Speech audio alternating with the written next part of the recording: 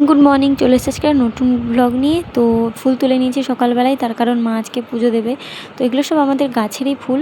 তো আজকে সারাদিনকে এই কাজ হচ্ছে, চলো তোমাদের সঙ্গে শেয়ার করি আর তোমরা ভিডিওটা দেখতে থাকো। কুমড়ো আলু কাটা হয়ে গেছে, এটা এখন ভাজা হবে আর তারপরে ছানবো আটা, কারণ তারপরে রুটি হবে। না না কোনো রেসিপি, আমার আটা ছানা হয়ে গেছে। বাকি কিছু কাজ আছে, সেগুলো করব। দেখাই যে কি কি কাজগুলো রয়েছে আর এগুলোর ব্যবস্থা করতে হবে। এগুলো যে ছড়িয়ে ছিটিয়ে রয়েছে এগুলোকে এখন ঠিক করতে হবে, মানে প্যাকেটে পুরতে হবে।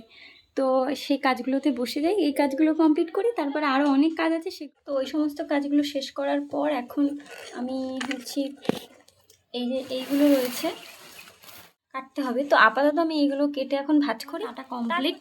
ঠিক আছে, এগুলো এখন প্যাকেটে ঢুকিয়ে দেবো। এগুলো পরে প্যাকেটও দেখতে পাচ্ছ, পানের যে ধুতিটা, এটা আমাকে তৈরি করতে হবে। তো এটা এখন আগে তৈরি করার পর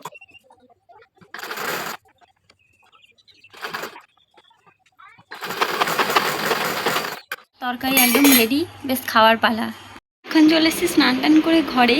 এরপরে খাওয়া দাওয়া করে কিছু কাজ আছে, তারপরে সেগুলো, তার মধ্যে এখানে কিছু জামা কাপড় রয়েছে, তো সেইগুলো গুছিয়ে তারপরে খাওয়া দাওয়া করবো। আগে গুছিয়ে নিই, তারপরে এই যে রয়েছে ঘুম থেকে যে মিনিকে আদর করছিলাম।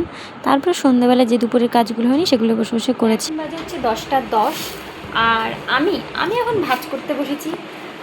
দুপুরবেলা সব কাজগুলো আমি কমপ্লিট করতে পারি না, এখন কতটা কী হবে আমি জানি না, তবে খাওয়া দাওয়ার পর চেষ্টা করবো আরও কিছু করার। দেখাচ্ছি যে কী জিনিস নিয়ে বসেছি।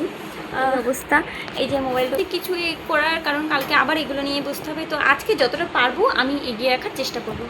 তো ভিডিওটা এইটুকুই, আজকের মতো টাটা বাই।